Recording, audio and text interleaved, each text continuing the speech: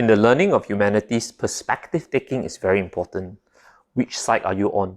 Which side do you see an event? Recently, the Trump and Biden elections, you may have some opinion whether you support Trump or support Biden. Now, in Woodland Secondary School, we teach you how to hone this perspective building skills. Now, let's take a look at this very incident. Back to history, we'll see this.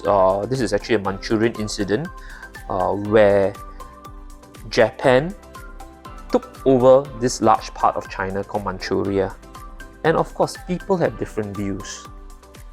The Japanese will try to paint it in one angle. The angle that we are not conquering Manchuria. This is actually, we are fighting for their independence. So if you take that view, you will focus your lens to the Manchurian independence view. If you take a look at Manchurian independence, the Manchurian flag, and of course the Manchurians are being very happy. And of course, it's a Manchurian emperor. The focus is on Manchurian independence. However, if you have another view that this is not Manchurian independence, this is Japanese colonization, you see the Japanese emperor over here and you'll focus on the Japanese flag behind, whereas the Japanese soldier is behind controlling the Manchurian emperor.